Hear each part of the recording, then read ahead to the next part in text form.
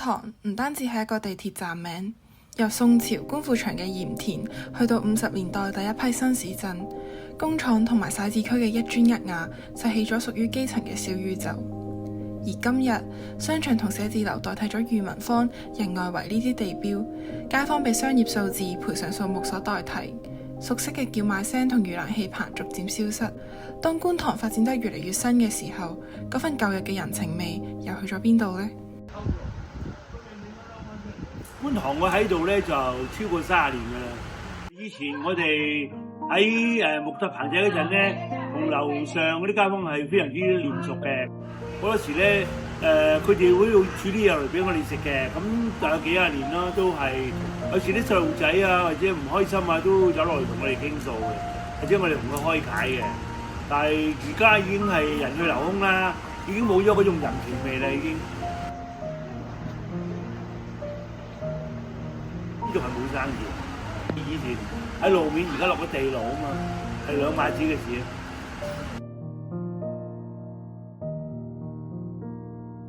我係呢一紮嘅，我哋呢個場有百幾檔，其實百幾檔我有80以上我都識㗎啦。咁如果呢個人走嘅話，其實呢個冇咩機會可以再留戀咯，呢個地方。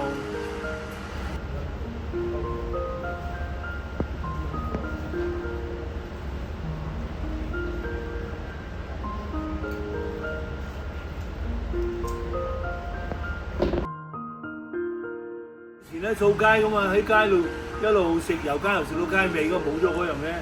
而家所謂嘅墟市啊，啲完全唔係嗰樣嘢，冇咗嗰種味道。跟住仲有間銀都戲院啊，有啲一串串嘅酸嘅嘢食咧，有煨魷魚啊、炒栗子啊、鹽焗雞蛋啊嗰啲咯，同埋咧有嗰啲生腸咪捲埋咯。咁你最嗰陣時係最好味㗎啦，嗰陣係咯，而家就冇咗咯。係先有得唔係嗰種味道。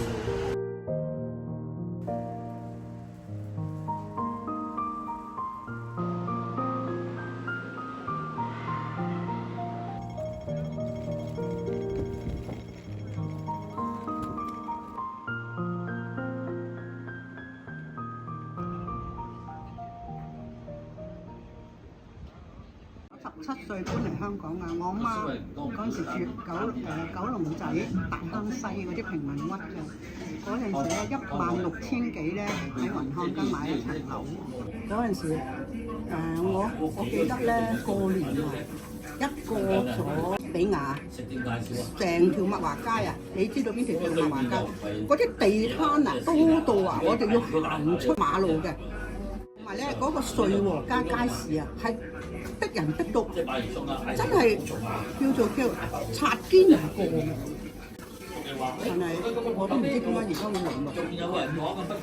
同埋好彩咧，街市咧而家咁樣咧，就令到我哋買嘢咧就搶盡好多。以前啊唔係㗎，走出馬路行㗎。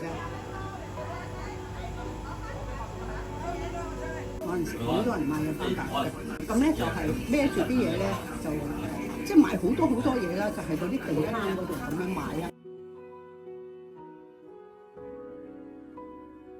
以前呢度啊，牛腩粉啊，喺而家嘅裕民坊嗰度咧，係又有路邊雞啊，豬紅豬皮啊，蜆啊。5毫子一碟蜆嘅，唔知5毫定1毫，我唔記得啦。即係嗰啲蜆啊，炒蜆啊，咁樣咧就係一張長凳，一張長台，就一張長凳，你企埋去就有辣有唔辣，辣唔辣嘅咧就茄汁，辣嘅咧就係炒蜆。同埋共同回憶咧就係雞而家嘅裕民坊。未拆之前咧，就係有路邊雞。我未結婚嗰時，佢送我翻嚟咧，成日就喺嗰度食路邊雞。呢個係我哋兩夫婦嘅，我嘅初戀情人就係我老公啦。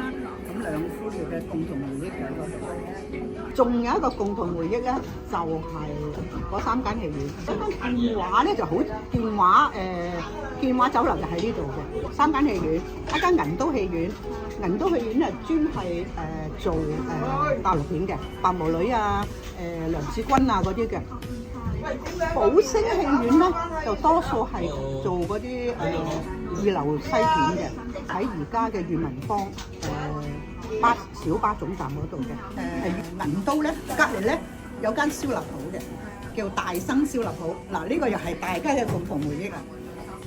喺戲院隔離有間燒臘鋪喎，咁同埋共同回憶係乜嘢咧？門口煨魷魚，食過未？我諗你去深水埗嗰啲先有得食嘅。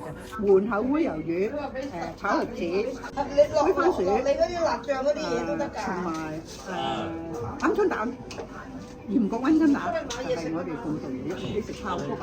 嗰陣時未有啊。可樂啊？自己攞餸啊！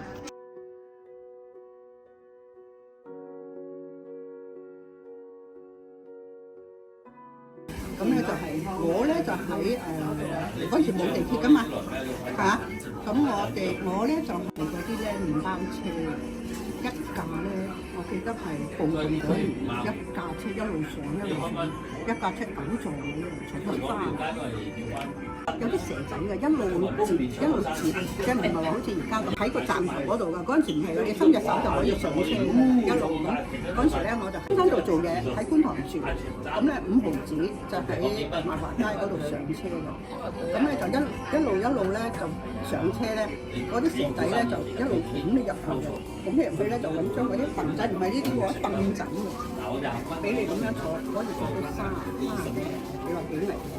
收尾先係改進咗係嗰陣時9座位啦，收尾係14座位、16座位，咁啊要喺站台嗰度上。民坊嗰陣時咧31號幾啊，就喺麥當勞嗰度噶嘛，而家咧就搬咗落去新嗰個裕民坊。係啊，裕民坊啦。咁其實咧成個觀塘咧，我就真係睇住佢興衰嘅。嗱，我以前咧就上觀塘街市，而家呢個市政局街市2樓啊，嘻嘻呵呵㗎。嗰啲叫做售賣員啊，做唔切㗎，佢唔得人睬你㗎。我而家上到去可以打牙鉸㗎。時不時上去，我點解靜得咁緊要啊？我都問點解會靜成咁樣嘅？而家真係門可羅雀㗎，以前真係其門如市㗎，點會咁靜啊？我真係覺得好奇怪。一個地區、一個城市嘅更新，似乎總係會伴隨住某啲事物嘅消失。當鐵閘一道接住一道咁拉落，熟悉嘅面孔一個個搬走，我哋先發現觀塘最珍貴嘅，從來都唔係佢嘅尺價同商業價值。喺一張又一張 Happy Wheel 嘅結業搬遷通知背後，承載住嘅係無數段美好嘅回憶，同埋一份好有份量嘅人情味。人與人之間嘅聯繫同溫度可能會被高樓覆蓋，就好似裕民坊嘅磚瓦一樣被拆走、被清空。但呢個社區嘅脈絡依然值得被記錄，都值得被記憶。只要仲有人會為佢嘅消逝而嘆息，觀塘嘅靈魂就依然存在。